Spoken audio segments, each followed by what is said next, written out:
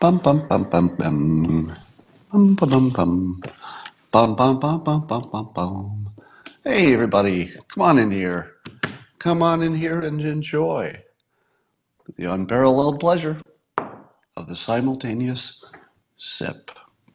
Yes, it's going to happen right here, and you're part of it. Think of all the billions of people in the world who are not enjoying this. Oh, empathy is in order.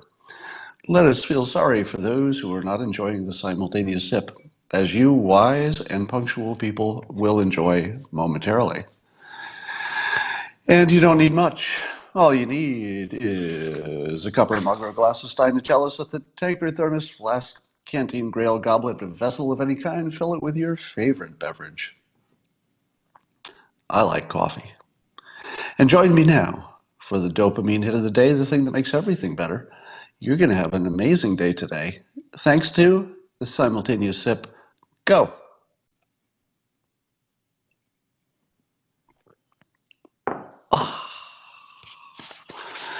Oh, yeah. So let's talk about a few things. So Kamala Harris suddenly sent her first interesting tweet, to which I said, looks like maybe something happened with her staff. And sure enough, she shook up her staff. So simultaneous with shaking up her staff, Kamala Harris has her first, that I can remember anyway, interesting tweet. Now, by interesting, I mean it made us talk about it.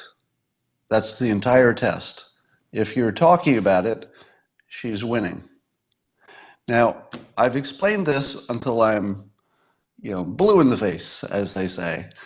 I explained it with Trump. He's taking all the attention. It doesn't matter what he's saying. I explained it with AOC when you thought she was the flash in the pan, but it turns out she's running the whole show.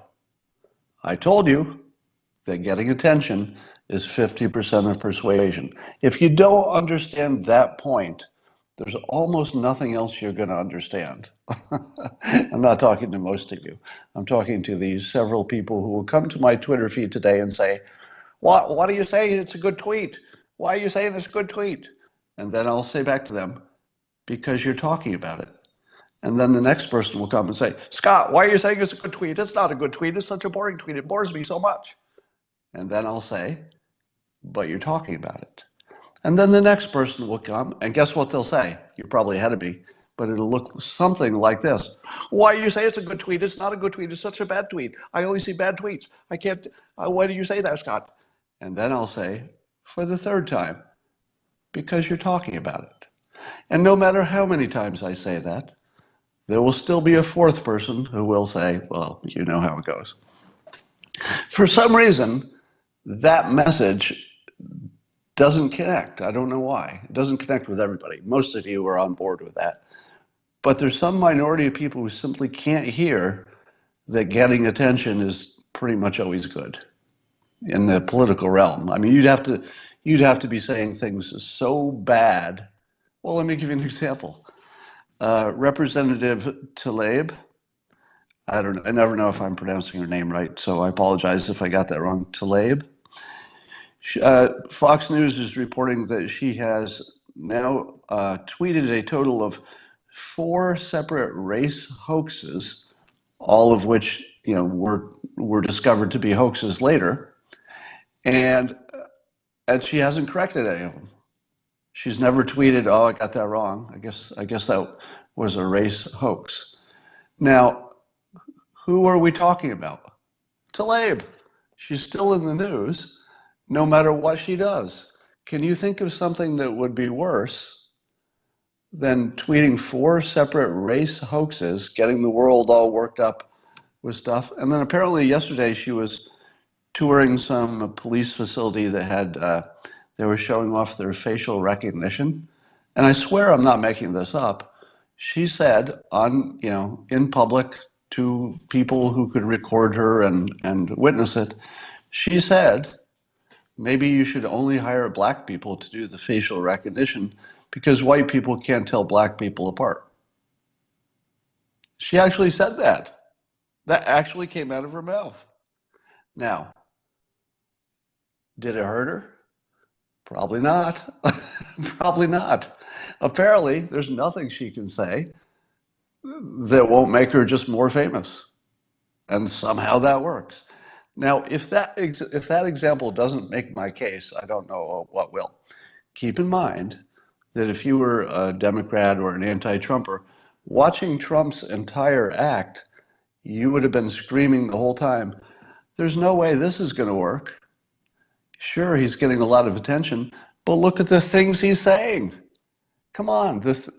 Sorry, cat's in the act again. The things he's saying will disqualify him. No, they got him all the attention. He became president, most important person in the world. That's how it works. So, getting back to Kamala, if we're talking about it, it's working. And the tweet was, she was tweeting that the president should be kicked off of Twitter for his outrageous tweets. And then I think there was two of them. And the second one, she tweeted to Jack Dorsey saying, Jack, what are you going to do about this? Kick him off of Twitter. Now, let me ask you this. Do you think that Kamala Harris believes that there's any chance that Trump would be kicked off of Twitter? Can we agree that she doesn't think that's actually going to happen? Because that's important. You have to know that she doesn't believe. I'm not reading minds, but you'd have to have an IQ of about 6 to think that anything will happen to the president in terms of getting kicked off of Twitter. You know that's not going to happen. No chance.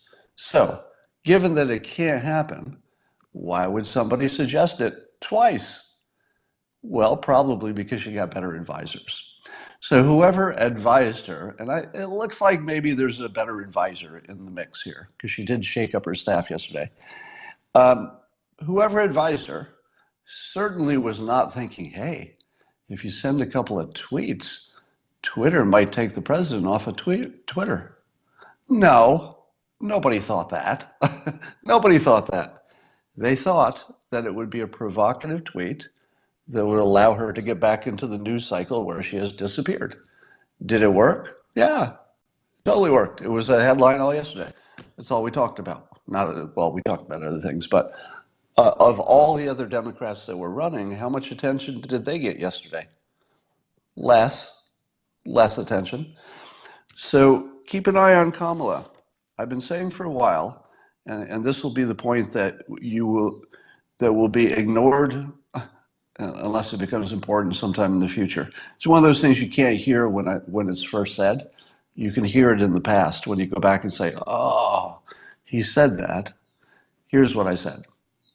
The top 3 polling Democrats are unelectable, and I think a lot of professionals and people in the base know that for different reasons. They're unelectable. If you were to turn the polls around and put somebody like Delaney and Yang and stuff on the top, you would end up with a more electable group. It's just the weirdity of the system allowed the least electable people to be the top 3. Now, as the professionals start to exert their control over the system, and I think that happens especially as the crowd thins out a little bit, the professionals will have more influence over everything. I believe that they will start looking for somebody who could win. And what's unique about Kamala Harris is that her problems, while enormous, are easily solvable. She has the most solvable problems. Let me give you an example. When she talks, she gets jumpy, like her shoulders go up, and it doesn't look leadership-like. How hard would it be to learn to calm your body while you talk? And to maybe not hold your hands together like this in front of you like you're nervous. How hard would it be to learn that? 1 minute. 60 seconds. She would just have to be aware of it. And then if she started to do it, she'd, oh, don't do that. She'd probably fix her posture, stand up straight, and just put her arms and hands in whatever position look more leaderly. How hard? 60 seconds to correct probably a third of her problems, which is her body language. How hard would it be for her to learn to not laugh at her own jokes? Well, it's a lifelong habit, so you don't break it immediately. But how hard would it be to learn to start doing it? 60 seconds. Somebody says to her, you know, people are talking about this. It makes you look less like a leader, more like a follower. Don't giggle like a schoolgirl at your own jokes. The first time you hear that, I tell you, it's so chilling that you would remember it. If somebody you trusted said, look, your nervous laugh at yourself just makes you look like you could never be president. Just stop doing that. How hard would it be to stop? Not really hard, because once it became a priority and you're running for president, you'd just put a little attention on it and it would stop right away. So she can fix her body language. She can fix her nervous laugh. That's 60% of her problem right there. Who else can fix their biggest problems in 120 seconds? That's unique, right? And then the last thing is how to be interesting and how to have, you know, good policies and stuff that people care about. That part has a lot to do with her professional staff. So if she's moved out of the way, whoever was boring us to death with their advice, and if she moved in somebody who can get some attention, which wouldn't be the hardest thing in the world. All you have to do is hire a better advisor or get somebody out of the way who was maybe blocking the good advisors you already had. Looks like that just happened.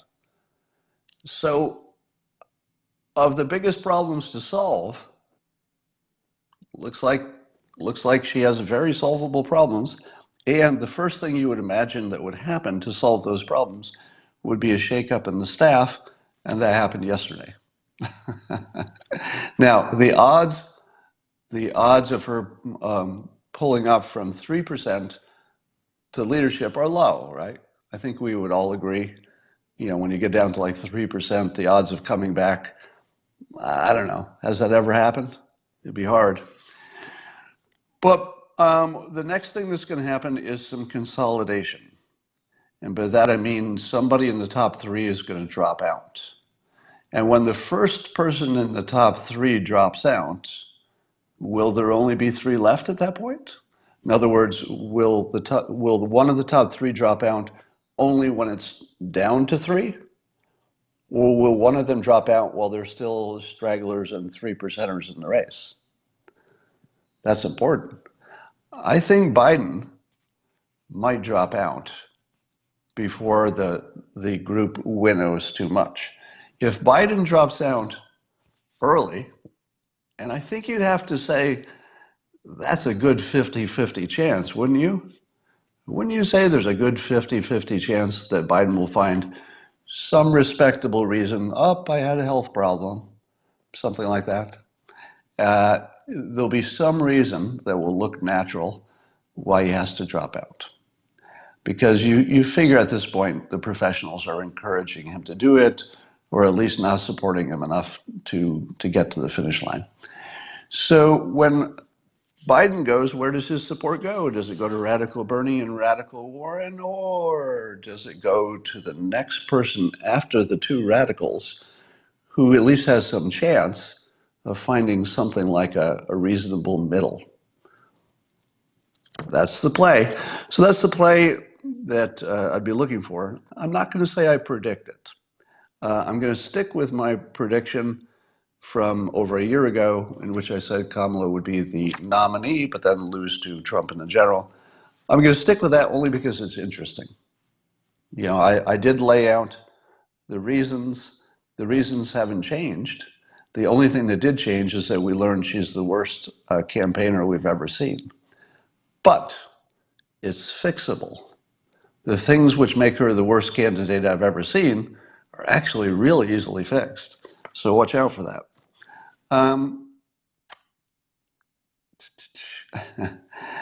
Let's see. Oh, and of course, people are saying, how can Kamala Harris ask a social media giant to silence the First Amendment? That's exactly why the tweet works, because people are falling for it. They're just totally falling for it, like it's a serious suggestion. You know what else is not a serious suggestion? There's a book out now that claims that Trump, quote, wanted to dig a water-filled trench at the border, stocked with snakes and alligators. Now, there's no mention about whether these snakes and alligators would have frickin' lasers attached to their heads, because there's no point in building a board or moat with just snakes and alligators if you're not going to take it to the next level and put some frickin' lasers on the alligators' heads. Snakes are a little harder because they're smaller, but at the very least, put some frickin' lasers on the alligators' heads so they can just look at people and fry them. And then there's also, also in this book, they say that Trump suggested migrants be shot in the legs to slow them down. I'm not laughing about shooting migrants. Let me be clear. I'm laughing at the ridiculousness of the report. There's nothing funny about shooting people at the border, and we shouldn't make fun of it. But it's also not going to happen the way it's described. Now, do I think that Trump has ever said anything that other people could interpret as asking about shooting people in the leg and asking about building a moat with snakes and alligators? I think he probably did ask those questions. How seriously should that have been taken? Probably not too seriously. It doesn't sound a lot different than if three of you were sitting in a room having some beers and just talking about stuff. The way he talks, apparently in professional settings, is not a lot different than an ordinary person talks all the time. It's just that he does it in the White House. Now, do I think there's anything we should worry about in this reporting, in this one book that it took us until now to hear this? Obviously, anybody else who heard this didn't think it was serious enough, to even mention. So if it took this long for it to come out in a book, one thing you could be fairly confident about is that it's out of context. In other words, all the people who didn't complain about it, probably because they heard it in context and just laughed, or thought it's just him talking. He's just stirring up the room. It's not real. Right. Now, the shooting in the leg thing, I have to think, was because of something specific. I don't believe there's any chance that he thought, just as a general policy, if you see somebody crossing the border, say it's a young family with their children in their arms, doing their best to make a new life, leaving a dangerous situation, maybe we should just start shooting them, but not killing them, just shooting them in the leg. He never said that. I think we could agree that nothing like that actually happened. Now, did he say that there might be some special case where shooting somebody in the leg was better than whatever the alternative was? Maybe. He may have thrown something out there just to see how people react. But I don't think you can take any of that as seriously. And I think you just have to look at, where actual policies end up to know that it's just another fake news story. But a funny one. If you believe that the president seriously wanted to build a moat with snakes and alligators, I think that's on you.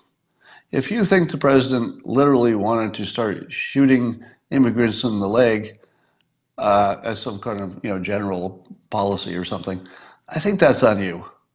I think that's on you, because that's not really a credible report.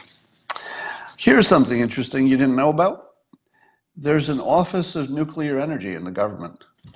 Did you even know that? I didn't. I knew there was a Department of Energy, and I knew that they were doing some pro-nuclear stuff, Rick Perry's group, but I didn't know there was an Office of Nuclear Energy. I found out yesterday when Mark Schneider, who's our famous nuclear energy advocate, Mark Schneider said that they started following him, which is great because he's one of the most effective advocates for nuclear energy. So they should follow him. So I followed him too, just to see what they're about. And man, that was a good follow. I'll tell you what they are. They're at Gov Nuclear, G-O-V Nuclear, at Gov Nuclear on Twitter. And worth following if you want to follow if you're interested in climate or energy or nuclear energy or any of that, it's a good follow. They don't have many followers yet. So they tweeted, they tweeted this: "Are you ready? There are 3 advanced reactor systems, meaning 3 different new technologies for nuclear power, could be coming as soon as 2030 and are expected to be safe, cheap, etc." So there's an international consortium that we are part of, we being the United States, and the Office of Nuclear Energy is talking about it, and they're Generation 4, Gen 4, stuff that won't melt down, and we know how to make them less expensive. It's easy to make nuclear less expensive. If you don't know that, you're not paying attention. A lot of people say, nuclear is too expensive. Well, the old way is. The old way is really expensive. The way we know how to do it in the future is the way you make anything less expensive. You standardize it, you build them in factories, you agree on one design, so everybody knows how to make that one design, and you test it until your one design is pretty solid, and then you reproduce it. So it's mass production, it's factory built, it's making them smaller. In some cases, you get some economies that way because you can ship stuff on trucks, etc. Build them in a factory, ship it on a truck, assemble it. So because economics is such a mature science, I guess, if you want to call it a science, it's not a science, but it's a mature field. We know exactly how to make a nuclear power plant less expensive. We just make it smaller, standardize, test it, make sure that anybody who knows how to work at one sort of automatically knows how to work at another because it's the same technology. So the government is well on its way, working with other countries to have advanced designs working by 2030. And then once you have them, how quickly can you roll them out? You're thinking of the old way. If I told you in 2030 we'll have these really good, safe, small, economical nuclear plants, you're probably going to say to me, if you're a climate alarmist, I'm not sure I love that term, but let's say you believe that the climate is a big problem, you might say to yourself, too late, Scott, it's too late. It takes so long to approve and build a nuclear plant that if we don't start building these safe ones in 2030, it's already too late. Well, no, it isn't, because you're thinking of the old way. The old way of getting something approved and built was way too slow and too expensive. It had 2 things not working for it. By 2030, if we're serious about this and if we still care about the planet, and let's say worst case scenario, sea level has risen similar to the predictions, could happen. It might happen on its own, not for human warming, but maybe it just happens. Then people are more panicked. So it's the panic I'm talking about, not the truth of climate science. In 2030, we're likely to have a little warmer planet, and people are going to say, whoa, let's do this. I didn't know you could make these small and cheap and safe. As soon as the public understands that small, cheap, and safe has been accomplished and looks very doable, there's some engineering, testing, iterating challenges, but they're all within the realm of just engineering. We don't have to. You don't need Einstein to invent something new. You just need to engineer it and test it and iterate until it's working just the way you want, for the most part. In all likelihood, we could roll them out pretty quickly once they're safe, because that's the trouble, right? Nobody wants one near them if it's going to potentially, even in their mind, be unsafe. Now, you should know that the current generation that we could build today is already the safest power that we have. The things that have had problems in the past were earlier generations, which were less safe for reasons we understand really well. So the current newest generation of nuclear has never had a major event. All right, event meaning somebody dying or that sort of thing. Here's my idea for getting rid of hurricanes and making the world a better place. This is my whiteboard that you can barely see, but if you could see that this is a very bad map of Africa. with the top part of Africa being the Sahara. So that's all desert up there. Suppose you put together three technologies that we understand. We know how to build nuclear, so you put a nuclear power plant right on the coast, or close enough to the coast that you can get the water from it, and then you put a desalination plant right next to it to take advantage of the energy, because desalination is an energy-intensive thing. That gives you an ability to irrigate, but irrigating a desert isn't enough. You would also need nutrient-dense soil. Turns out we know how to do that too. If you put a bunch of free-roaming livestock on the border between vegetation and desert, those livestock will wander over into the desert part now and then and poop. And their activities of eating plants and pooping seeds, and the poop being the fertilizer, fairly quickly and faster than you would imagine would be the case, meaning over just a few years, they actually move the border of the vegetation into the desert. So you can actually expand vegetation into a desert just by having livestock wandering around on the border. So if you combine those three things, you could target the Sahara, one of the hottest places on Earth, for a specific and targeted cooling. Why does that matter? Oh, I'm not even gonna. How many of you know why that matters? Why would it matter so much to do it there versus somewhere else? Does anybody know the answer to that? The answer is because that's where hurricanes start. Hurricanes are born because of the difference in temperature between, and somebody will have to fact check me on this, but I'm pretty sure this is approximately true, that the ocean is relatively cool, the desert is relatively hot, and there's a certain time of season when that difference is enough to make the wind turn into a storm configuration. If you could cool just a few degrees off of the coastal Sahara part, there are smart people who believe, and again, I'd have to be fact checked on all this. I'm not the climate scientist, but I believe you could actually weaken hurricanes. Now, weakening hurricanes is not an answer to climate change, because hurricanes and storms are just one thing that people are worried about. They're worried about the superstorm, etc. But we could somewhat directly go after it.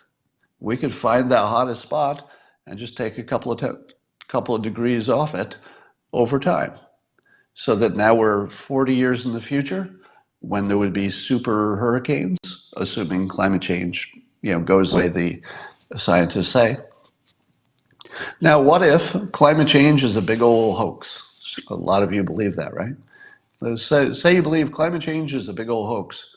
Isn't it still a good idea to get rid of that desert and turn it into something useful? Of course it is. It's never going to be a bad idea to have desalination and fresh water and cheap energy and a place you can plant more stuff. So I just put that out there as a possibility. Speaking of climate change, there was a study published in a prestigious journal called Nature that was retracted. And it was a study that said that the oceans were warming even more than we thought. So it was going to be even worse than we thought. And that paper got retracted. But here's the interesting part. It was retracted because somebody named Lewis, a mathematician who was a critic of the climate change consensus, he looked at the paper, and after it was published, so remember, he was not an initial reviewer, he saw it after it was published, and he posted a critique, and then the scientists looked at his critique and said, oh, darn it, you're right. And they withdrew the paper. Now let me tell you how they described the discrepancy.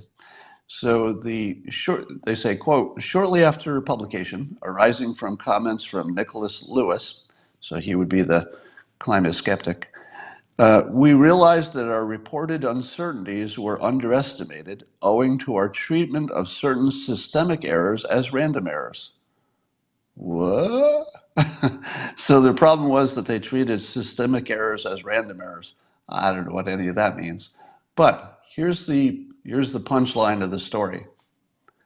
100% of climate scientists didn't catch this mistake.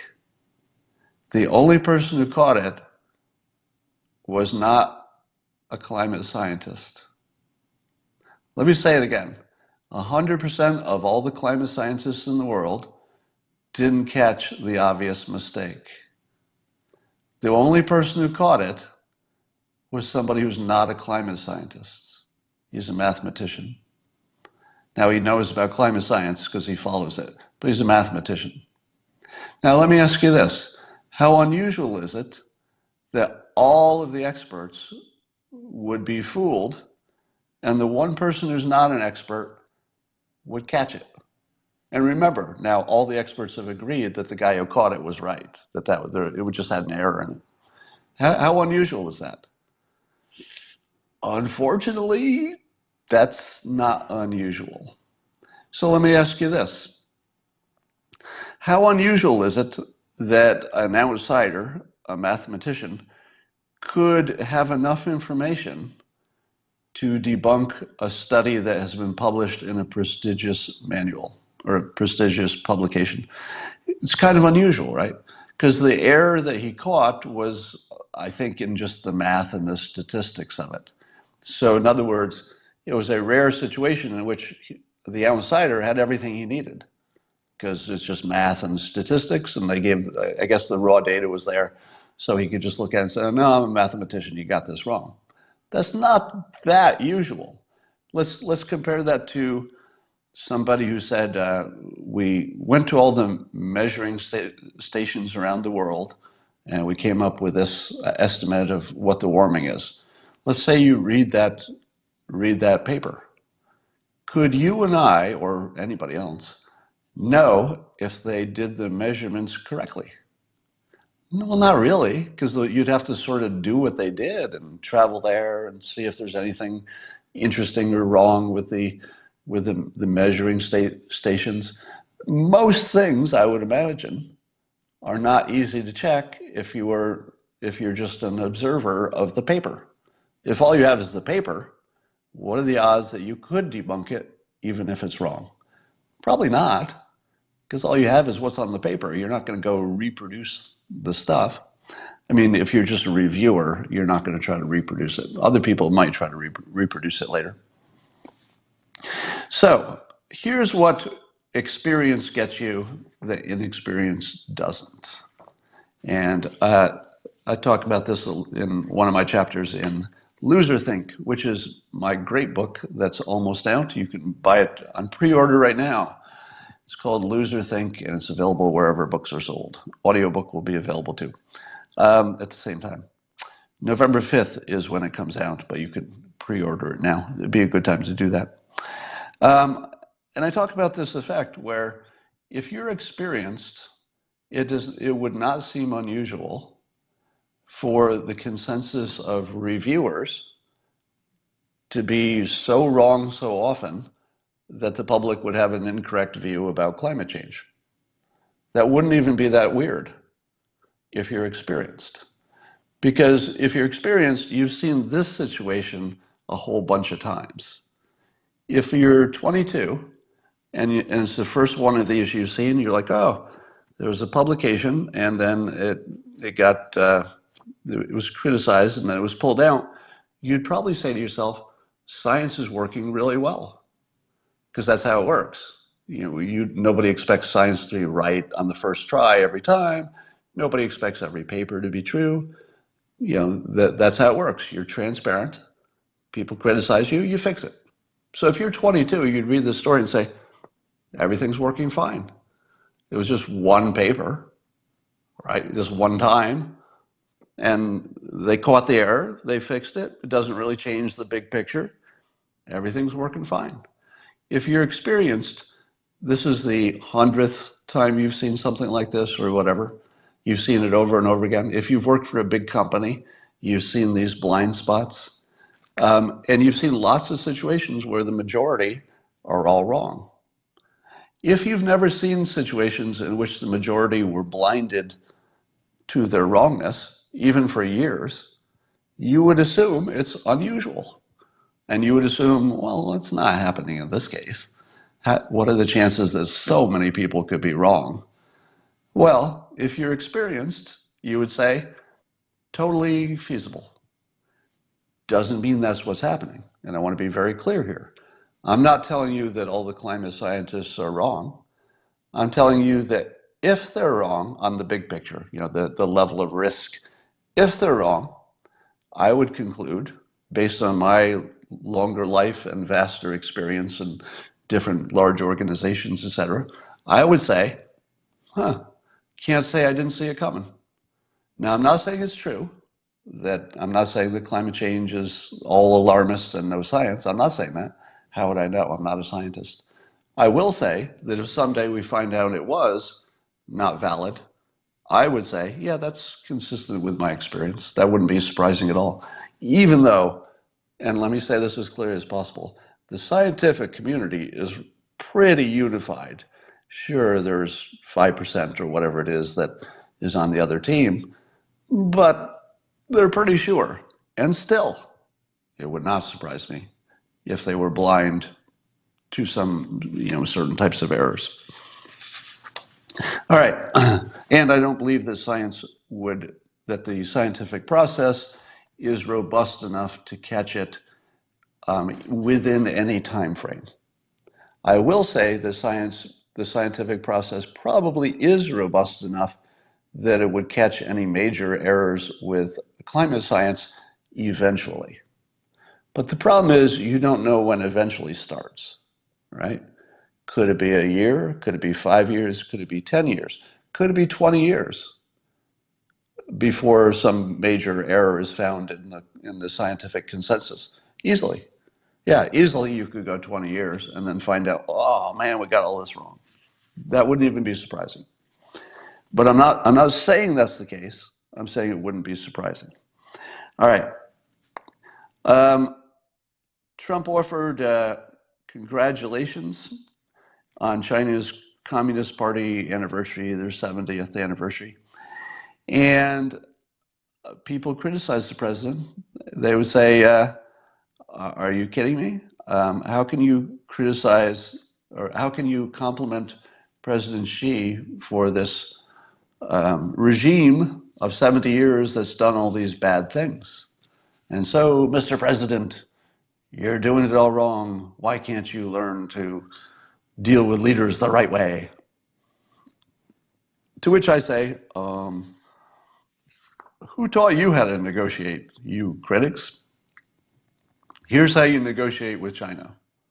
You show them complete respect at the leadership level, which eliminates any reasons they have to work against you. All right? It eliminates any ego, brand, reason to work against you. So by showing the leader maximum respect, the president takes off the table any problems it would cause by not doing that. Now he can talk to them.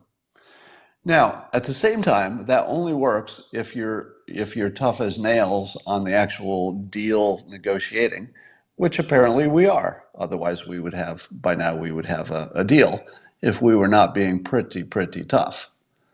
So, the perfect negotiating stance is complete respect for the person you're dealing with, even if you don't feel it on the inside.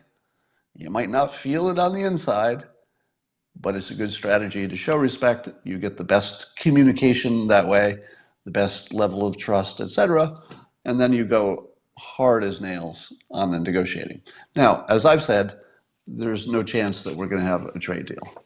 We are heading toward a soft decoupling, and I don't see the slightest chance that's going to change. Take that as a prediction. It used to be a preference, but now it's a prediction. I think it's the first time I predicted it.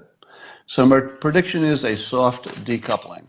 Soft meaning we're not going to have some kind of law that says everybody get out of China. Stop doing business with China. Rather, it will be something like simply not doing any more business with China. Because all we have to do is stop the trend. That's all we have to do. We just say, all right, if you're already there, it's going to be hard to leave.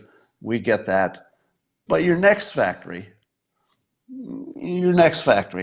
kind of needs to be a little closer to home. Doesn't have to be America. That'd be great if you're like Apple Computer and you built your plant in Texas. That'd be great, but it doesn't have to be. Just shouldn't be in China. So decoupling is coming and I say that because China is never going to act on fentanyl. They're never going to give up on squashing Hong Kong. They're probably not going to stop the Holocaust against the Uyghur community, and they're never going to stop stealing IP, and they're never going to be trustworthy on any kind of technology deal or really anything. So we should just stop pretending that could ever be a deal. All right. Here's the other news, fake news. Fake only because I thought it already happened. So it's not fake news in the sense that it's false. It's fake news in the sense that, why is this news? And the news is the Secretary of State Mike Pompeo admitted he was on the call between Trump and the Ukraine president. To which I said, I thought we already knew that. Are you telling me that the president would call the president of Ukraine and he wouldn't have Mike Pompeo on the call? In what world is Mike Pompeo not on that call? Didn't you assume he was on the call? Yeah, and I'm watching the comments. People are going, who cares? That was his job. Why are we even talking about it? You know what else Mike Pompeo did? And I swear I'm not making this up. Mike Pompeo, and I hate to be the one to break this news to you, but Mike Pompeo once put on a crisp-looking suit with a necktie and went to work. I swear I'm not making that up. Mike Pompeo, and you could probably get him to admit it, he once put on a good-looking suit, put on a necktie, and went to work one day. That's the same story. Mike Pompeo went to work. That's it. It's ridiculous. All right. I saw CNN in one of their headlines to a story. They said Trump is branding impeachment as a coup. And I love the way that they worded it, that he's branding it. He's rebranding impeachment as a coup. Now, is that fair? Is it fair to call impeachment a coup? Well, impeachment as a general concept is certainly not a coup. It's almost the opposite of a coup. It would be, under normal circumstances, the impeachment process would be part of what keeps the republic healthy. It would be more like a cure than a disease, under normal circumstances. What we're seeing is not normal circumstances. What we're seeing is people who started with impeachment and then figured out the reasons after the fact. And that's pretty well established at this point. So is it fair in terms of being close enough to true when Trump is saying that impeachment is a coup? I say yes. I say yes. Now, I think you've watched me long enough to know that I will disagree when something doesn't make sense. I mean, I hope you've seen me enough to know I don't just reflexively agree with everything the administration does. But they do a lot of stuff right. And I do tend to focus on the things they do right because that's where the interesting stuff is. That's where you learn something, when they do something right. And Trump branding impeachment as a coup is right. It is right. Because it fits the facts. It's a completely fair description of the intentions of the people involved. And the intentions are to undo an election and not for legitimate reasons. What would you call it? I think calling it a coup is actually factually, ethically, morally, completely fair, completely appropriate. Now, I can see why they don't like it, but I think it's fair.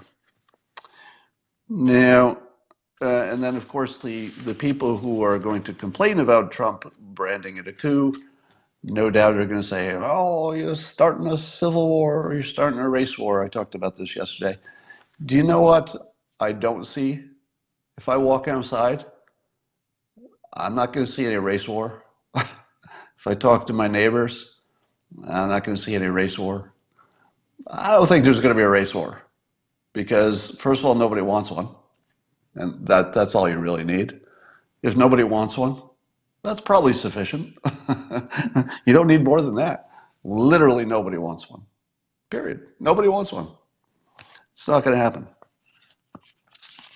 All right. Let's see what else we got going on here. Well, I think that was most of it. I hit all the high points. You got any questions?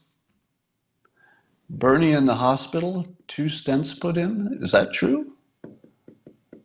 Did Bernie get hospitalized? Because that would end him. I don't know that that's true. Can somebody confirm that? Bernie stents. I'm just going to search it while you're here. I don't think that's true. Ooh, canceled events until further notice. Oh, it is true. So ABC, is this current? Yeah, October 2nd. Bernie Sanders, age 78, canceled events until further notice after being hospitalized. Medical evaluation, he was found to have blockage in one artery and 2 stents were inserted. He's conversing and in good spirits. And he's done. He's done. Let me wish Bernie Sanders well. This is no time to be political, but you can't help it because he's running for president. Everything's political if you're running for president, so you can't really take that out of it. But let me just say, Bernie Sanders has been a national treasure, even if you hate everything he's ever said. Because I think you can respect people for their passion and for fighting for things. He's certainly changed the conversation. He's changed the entire Democratic Party. He's moved things which you thought were crazy into the, well, let's talk about it realm. He's been a good fighter, he's had infinite energy. He's inspired people. I think he's a patriot. I think he's a patriot, even if you disagree with everything he's ever said or done. I think he's a patriot. And so I wish him well. But at age 78, if you are hospitalized during a campaign with a fairly serious heart condition, even though the treatment of it seems fairly trivial, I think you're done as a candidate. Is that too harsh? Tell me in the comments. Do you think that's the end of it? Because if you had a choice of Warren or Sanders, and one of them didn't look like he could make it to the finish line because he's 78 and now he's got a medical problem, it would be okay to be 78 with no medical problem. Well, I don't know how okay that would be, but I mean, it wouldn't be okay with me, but apparently his supporters didn't care. Well, I don't know how you could have a major cardio situation at age 78. Obviously, he'll have to pull back on his schedule for a while, etc. So we wish him well, but that should end his campaign, in a sense. Now, I was expecting Biden to come up with this kind of an excuse first. It's not an excuse in Bernie's case. I'm sure he didn't want this to happen. But I would expect Biden to have some kind of a health event, whether real or imagined, because once you reach a certain age, you're pretty much in and out of the doctor's office once every 2 weeks, aren't you? I mean, as you reach a certain age and you get pretty acquainted with your doctor. So I feel sorry for Bernie.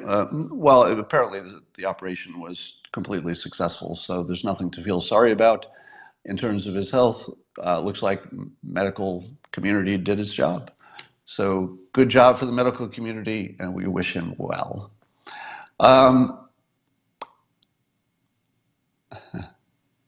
He's a communist who wants us all in chains. Chains, I say. Well, I think that might be a slight exaggeration. No, you don't get a sympathy vote for president. There's no such thing as the sympathy vote for president. Now, the impeachment thing, there was some poll that showed that a number of people were against impeachment just because they knew it would be bad for Democrats. The Democrats were against it because they knew it would be bad for Democrats. So impeachment is not a sympathy situation, it's more an anger situation and a strategic political situation. And here comes Kamala. I don't think Kamala Harris would be the natural recipient of Bernie's voters. I think they go to Warren. If Warren takes, all right, so here's the sequence of events. Bernie will drop in the polls, presumably. His support will go to Elizabeth Warren. Elizabeth Warren will become the uncontested frontrunner. If you're Biden, what is your one claim for being in the race? That you're the one who can win. What's it look like if Biden thinks he can't win the nomination? Once Warren has a commanding lead, and once Warren absorbs Bernie's people, I think that's going to happen. I don't think they're going to go to Biden, especially if your candidate had a age-related health problem. Are you going to move your vote to the other guy who's that age-ish? That seems like a stretch. So the logical thing that's going to happen is that Bernie's support will go down, Warren's support will go up, sufficient that she's the front runner, and then the entire reason for Biden disappears. Biden's reason for running will disappear if he's not the front runner. He only makes sense as an unquestioned front runner. The moment he's not, he's completely irrelevant in second place. In second place, he has no relevance to anything. And he's going to know it. And anybody who might give him money or support him is going to know it as well. So the likely sequence of events, Warren goes to number one. Biden no longer has a reason to be in the race. Bernie becomes irrelevant in the race, whether he stays in or not. He might drop out if Warren goes to the top. And then you're going to start looking around for who's the next level down. And you'll see a bump for Yang and Buttigieg and maybe Harris, and maybe others. So it looks like that's the way it's lining up. Let me tell you, if I get my Kamala Harris prediction right, you'd have to admit, now I'm not going to say it will be right, but I'm sticking with the prediction because all of the reasons for the prediction are still in place. I just have one additional fact that she's a bad campaigner, but it looks fixable. So that's what we got going on right now. It's all fun, and remember, snakes and alligators and moats, they're no good without frickin' lasers on their heads. That's a reference to Dr. Evil and, well, most of you knew that. Reference to Dr. Evil with the frickin' lasers. Somebody says Hillary's going to slide in. I say 0 chance of Hillary. The reason I say 0 chance of Hillary is because, number one, she would not take a second beating, and I don't think she could handle the risk of losing a second time. Number two, nothing would motivate Trump supporters more than Hillary in the race. No, it would be the best thing ever. Two, or three, or whatever I'm up to. Hillary does not strike me as a spontaneous personality, meaning that if she were planning to run, or even if she had a secret desire to run, we would have seen it. She would have already had a meeting with X. Somebody would have said, I just talked to her. There would be something like fundraising. You would see signs of it. She's not going to just go from 0 to 100 miles per hour without all the stuff in between. Hillary does not strike me as an unprepared candidate. I don't think she would run unprepared. And that's part of the reason people liked her, right? I mean, she was, serious, detail-oriented person. So I just don't see her spontaneously getting in. It would be so out of brand. All right. That's enough for now. Somebody says, you are underestimating Buttigieg. Maybe. I think Buttigieg and who else is down there? Cory Booker. You can see somebody who's in sixth place or whatever rising up to third. I can see that happening. All right, enough for now. Bye for now.